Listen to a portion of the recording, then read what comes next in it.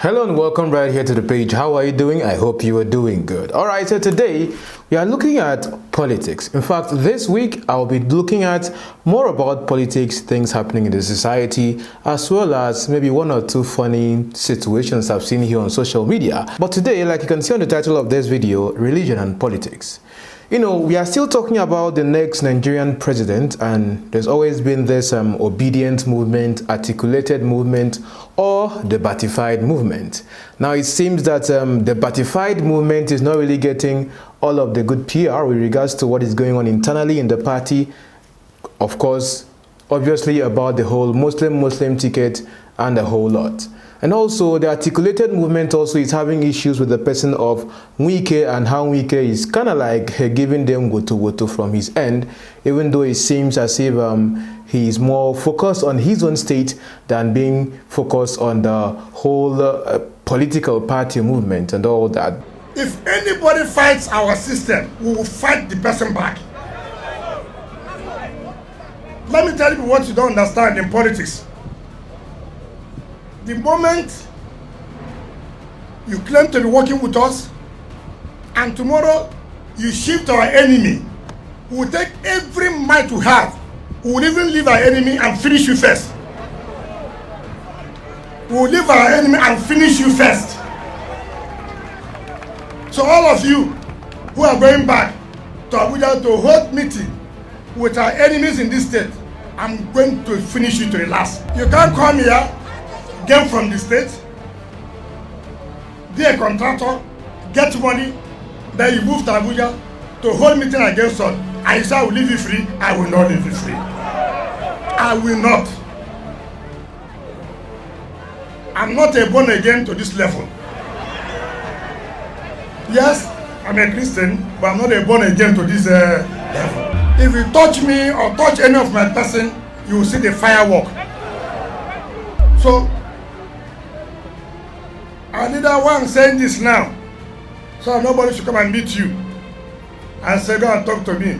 Better talk to them now.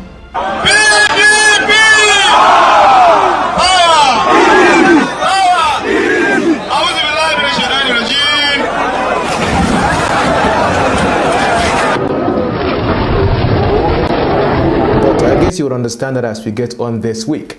But today we are looking at the person of Peter Obi. Now, in case you don't know, someone I'm supporting is the person of Peter Obi, but it doesn't stop me on my platform of making commentaries about other candidates as well, because I like to look at everything, would I say everyone objectively, and what is happening in other parties as well as I discuss them here. The person of Peter Obi has been getting a whole lot of media attention, and some people are saying, what if he's just a media candidate? What if when it gets to that point, or would I say when we get to the voting time, that things become a whole lot different? Now recently, Tinubu also went to visit 𝐘𝐿 Obasanjo, who actually got to even speak about him, about his whole new slang that has now gotten into the politics, or what I say, the Yoruba politics. Amazing. So I've been watching all of the conversations going on, but when I look at the church, it reminds me of something I used to say on my platform. If you have been following me on YouTube for over a year, you know I always talk about this whole idea of the mixture between politics and religion, or what I say, when it comes to a time like this, you will see the politicians themselves, you know, looking for where they can get people's attention, which obviously the church falls under. And if you know my principle with regards to the things I talk about here on my platform, the police, pastors, and politicians, I've never been outside this scope, only for a little time that I go into secular trends and all that. But these are my three main focus. I want you to see some things I'm beginning to observe right here on media. First, I'm talking about the person of Bishop Abioye of the Living Faith Church. Also, I'll be looking at an imam who actually made some comments about the candidates that those who follow him there, or what I say, our Muslim brothers, those they should actually vote for, what criteria they should be looking at. Also, I'll be looking at a particular comment by Paul Adefarasin in regards to this whole idea of, you know, Nigeria as we are now, and then those, of course, whom they should vote for as well. And also, I'll be looking at a particular comment made by Apostle Takim with regards to how we should be looking at all of what is happening right now. So these are the main subjects I'll be looking at after this intro.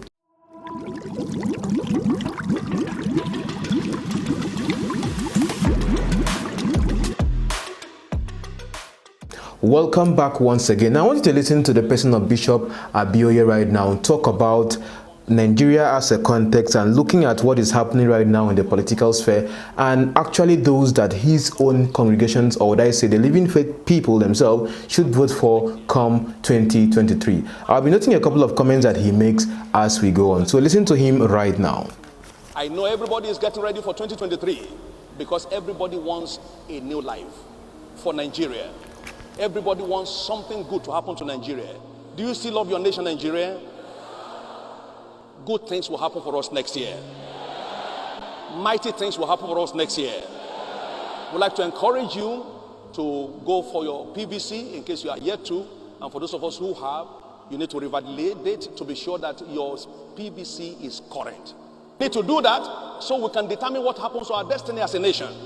There are people who are bent on destroying this nation. They will not succeed. I said they will not succeed. There are incompetent people that want to run the nation aground. They will not succeed. I said they will not succeed. I hope many of you, if not all, heard that one party said that there is no qualified Northern Christian to be vice president. Insult. Aberration.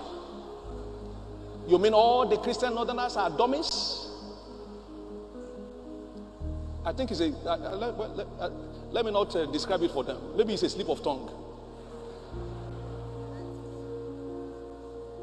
When we have had Christian Northerners who have ruled this nation successfully, they forgot about Gowon, who introduced a lot of economic reforms and moved the nation forward. They forgot about great men like Professor 𝐲𝐻𝐻𝐻𝐻, who moved the university forward. They forgot about the first mathematician, Professor 𝐲𝐻𝐻𝐻𝐵 from Nazareth State here. They forgot about all the great people that God has used to move this nation forward. To now say that there is no competent Christian Northerner, and so that statement must be withdrawn. Must be withdrawn. Must be withdrawn. Must be withdrawn. Otherwise, what they are saying to you is, to your tent, O Israel,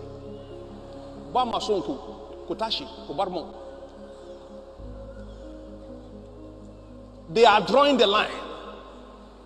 We have never tried to introduce religion to politics, but if they introduce it, we will tackle it. Amen. We will tackle it. I have been a voter since 1979. The first person I voted for presidency is 𝐲𝐿𝐻𝑒𝐻𝑒𝐻𝑒𝐻. He wasn't a Christian. He was a Muslim. So it's not about being against anybody. We voted for Yar'Adua. He was a Muslim. And he did well. So for somebody to be thinking that there is no Northern Christian that can do, for what nonsense? What nonsense? I guess they woke up from the bad side of the bed that day. That's the truth of the matter. We must wake up. Don't forget the order of priority. Vote for competence. Vote for ability.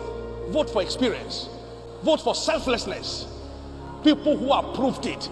Not people who are putting things in their pocket. In envelopes. In their papayriga, everywhere, putting things and never satisfied. Don't vote for people who will slaughter you anyhow and slaughter your family as if you have no right to live. Don't vote for them. Don't. Vote for other ethnic groups that are called minority. They call them minority not because they are minor. They are major in their brain. Let's go. Let's move. That's what we should do. That's what we should do. Anybody who has brain, they are the people we should go for. Not people who will move us from top to bottom, but people who will move us from bottom to the top. That's what we should go for. That's what we should go for. That's what we should go for. Let's open our eyes very clearly and very wide. We are praying, we will not stop praying because prayer is capital. Prayer is capital. But we will not stop at praying. we will walk and pray. We pray with one eye closed, the other eye open, to see koro where everything is going. Say loud, amen. Vote for people who will preserve the future generations. Vote for people who will stop brain drain and turn it to brain gain. Vote for people who will bring all of our young men and women who are serving as slaves in other nations to come and put in order this nation. That's what we should go for. That's what we should go for. Don't mind those people who say there is no smart northern Christian. They are there everywhere, including people seated here in this church this morning. Amen. Are you talking about competence? You know where to find it now. You know where to find it. Not people who are creating alternative for what should be maintained as standard. People who have standard and follow after it, and they make it work. Things will work in this nation.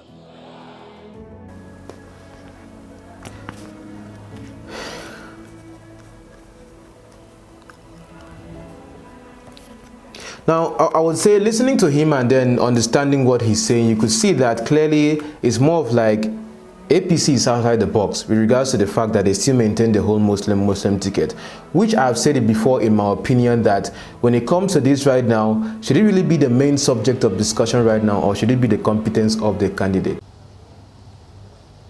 How well do you want to test my tolerance? That's it. So, obvious. So, it's clear that we look forward to a day in the history of this country when it could be Christian ticket. We are not going to cabinet meeting to preach sermons and taking a Bible and Quran. We are going to be discussing Nigeria program that will develop the country. We want a capacity of individual. We want somebody that is able to think out of box and bring innovation, creativity.